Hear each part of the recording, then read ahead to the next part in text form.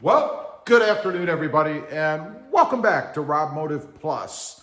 Today, I've got another one of these questions asked kind of video. It's where you go out, do a little bit of research, and find out what people are saying. And that's what I've done here, so you don't have to. By the way, if you're new to the channel, one more time, we've got a 2024 Tesla Model 3 rear-wheel drive that I love.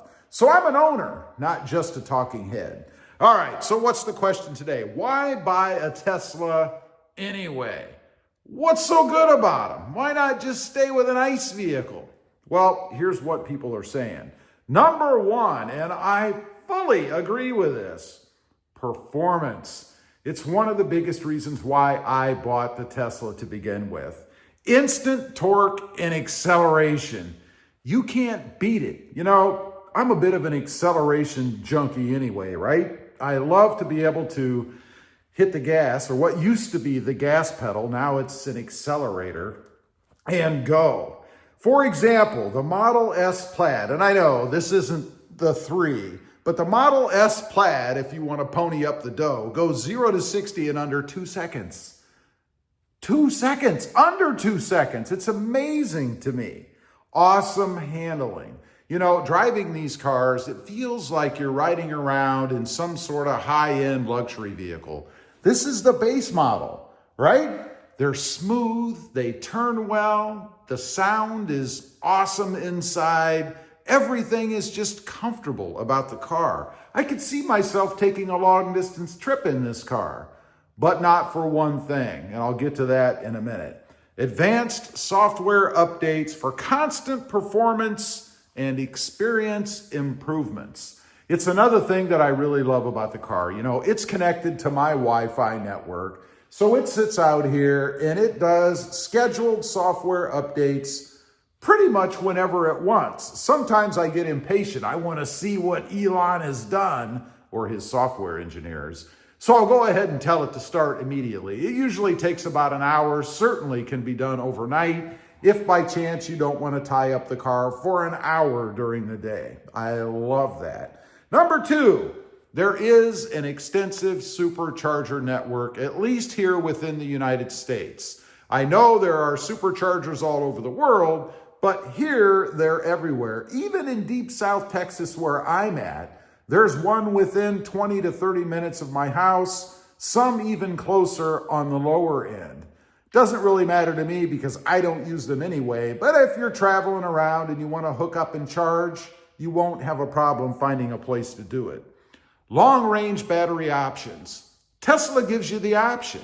You can go with the rear-wheel drive like I have. You can go with the extended range. You can go with the hopped-up, sportier version that has a lower range because it's using more power for even more get up and go, right?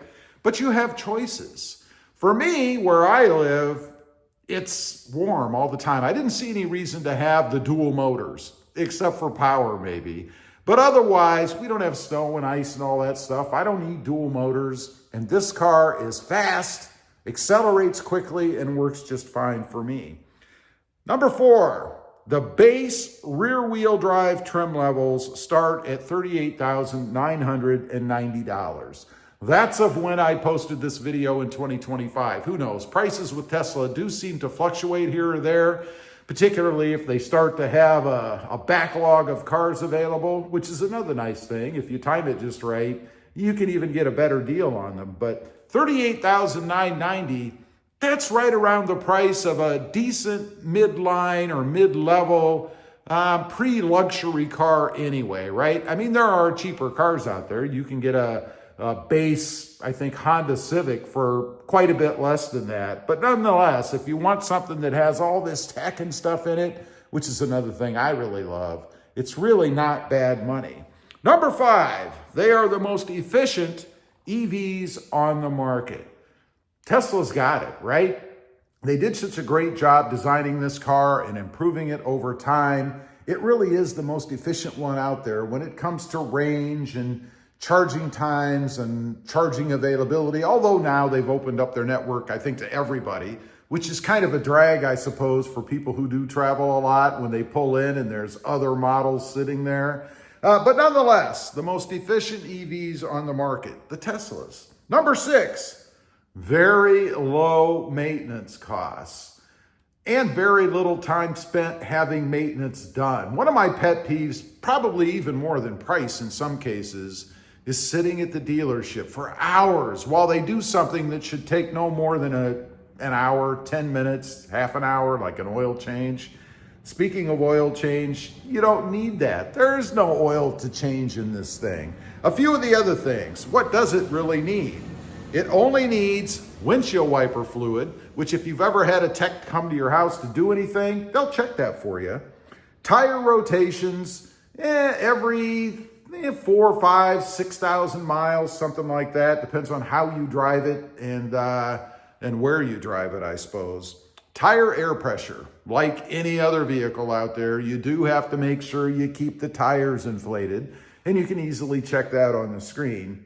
And windshield wipers. Again, depending on where you live, if you're in a winter climate where you have a lot of ice and stuff in the winter on the windshields, those play hell on the windshield wipers, right? Because they're constantly scraping across that ice or getting stuck to your windshield.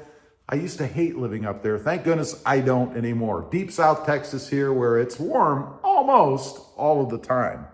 Number 5, it's easy to charge at home and it's convenient. You can see if you look right over there on the wall, that's my charger. I had an electrician come and install it. It cost me less than $400, I think it was less than $400 all in to have the thing installed. And I used the charger that came with the car. So I didn't even have to buy anything extra like that Tesla wall charger thing.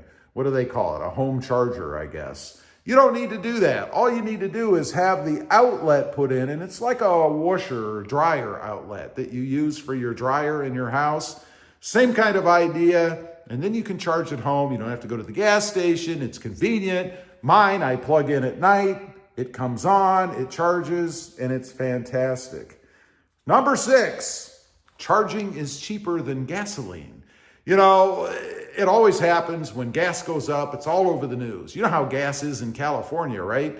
I'm sure electric prices aren't much better, but it's cheaper. You don't have to pay as much money to fill up, if you will, the car. I love that. Some places even offer charging for free. You may work somewhere where they're very EV friendly and they have chargers sitting at your place of business. So when you pull in, you plug in, you let it sit there all day, that 8, 9, 10 hours at the brick and mortar. And when you're done, you come out and your car's charged. You're charging for free. That means you're basically operating the car for nothing. Awesome. Anyway, those are just a few reasons why people buy a Tesla. One of those questions that I see a lot of people asking on the web, now you know. Leave a comment. Let me know. Any of these things advantageous to you? I'd just be curious to know. Thanks for watching. Stay safe out there. Bye.